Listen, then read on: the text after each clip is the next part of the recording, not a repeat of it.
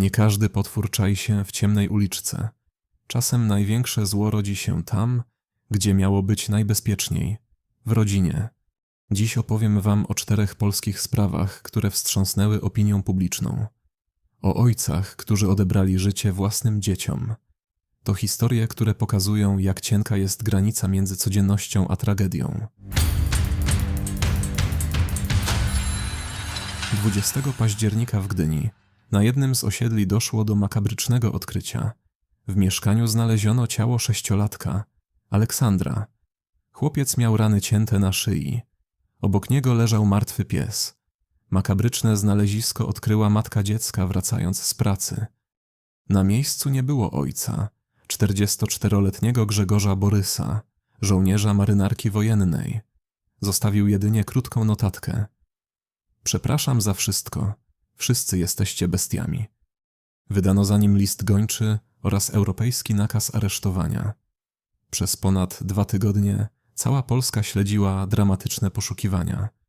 6 listopada znaleziono ciało Grzegorza Borysa w zbiorniku wodnym Lepusz. Prokuratura nie miała wątpliwości. To on zabił syna ze szczególnym okrucieństwem. Śledztwo wykazało, że działał z premedytacją. Do tej pory nie zgłaszano przemocy w rodzinie. Nie było sygnałów ostrzegawczych. Motyw pozostaje niejasny. Część osób wskazuje na narastające problemy psychiczne, inni na konflikty rodzinne. Ta zbrodnia na zawsze zmieniła życie bliskich i zszokowała opinię publiczną. Piotr P. uchodził za spokojnego, wykształconego mężczyznę. W 2016 roku jego 3-miesięczna córka, Liliana, trafia do szpitala z zachłystowym zapaleniem płuc. Po kilku dniach wraca do domu. Gdy matka wychodzi na zakupy, dziewczynka zostaje pod opieką ojca. Po powrocie matka znajduje dziecko martwe. Pogotowie stwierdza zgon z powodu niewydolności krążeniowo-oddechowej. Śmierć uznano za naturalną, bez podejrzeń. Rok później, we wrześniu 2017, umiera 5-miesięczny synek, Mieszko. Ojciec tłumaczy, że dziecko upadło. Tym razem lekarze mają wątpliwości. Przeprowadzono ekshumację Liliany. Biegli stwierdzili, że dziewczynka została uduszona, a chłopiec śmiertelnie pobity. Piotr P. zostaje aresztowany i oskarżony o zabójstwo 2 dzieci. Proces trwał ponad 4 lata. W międzyczasie wychodzą na jaw kolejne fakty. Piotr P. nakłaniał żonę do aborcji, zamawiał tabletki wczesnoporonne, próbował wyłudzić odszkodowania od uczelni i towarzystwa ubezpieczeniowego za śmierć dzieci, a także podrobił podpis żony na wniosku. Ostatecznie sąd skazał go na dożywocie. Nakazał zapłatę 200 000 złotych na wiązki matce dzieci, grzywnę i naprawienie szkód wobec uczelni i ubezpieczyciela. Piotr P. nie przyznał się do winy, ale wyrok był jednoznaczny. 9 lutego 2008 roku Aleksandrów Łódzki. 24-letni Łukasz P. spędza dzień na piciu alkoholu z bratem i kolegą.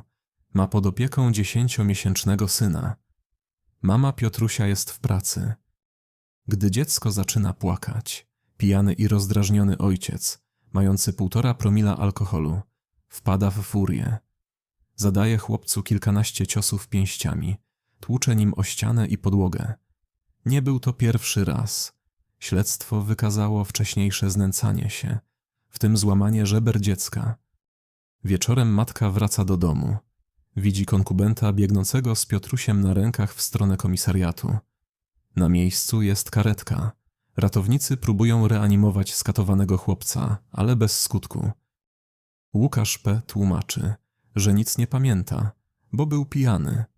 Sąd skazał go na 25 lat więzienia za zabójstwo ze szczególnym okrucieństwem. Prokurator mówiła o zbrodni, która budzi tęsknotę za przywróceniem kary śmierci. 29 lipca 2023 roku w Redzie na Pomorzu Tomasz O., 32-letni żołnierz elitarnej jednostki Formosa, zostaje sam z 6-letnią córką i psem. Po godzinie 17 wysyła do swojej matki SMS. Zrobiłem coś strasznego. Zaniepokojona kobieta jedzie do jego mieszkania. W środku znajduje nieprzytomną wnuczkę z ranami kłutymi, martwego psa rasy pitbull i zakrwawionego syna w łazience. Wezwane służby podejmują reanimację. Tomasz O. umiera. Prokuratura potwierdza, że to on zabił córkę, a potem odebrał sobie życie. W mieszkaniu znaleziono noże, którymi dokonano zbrodni.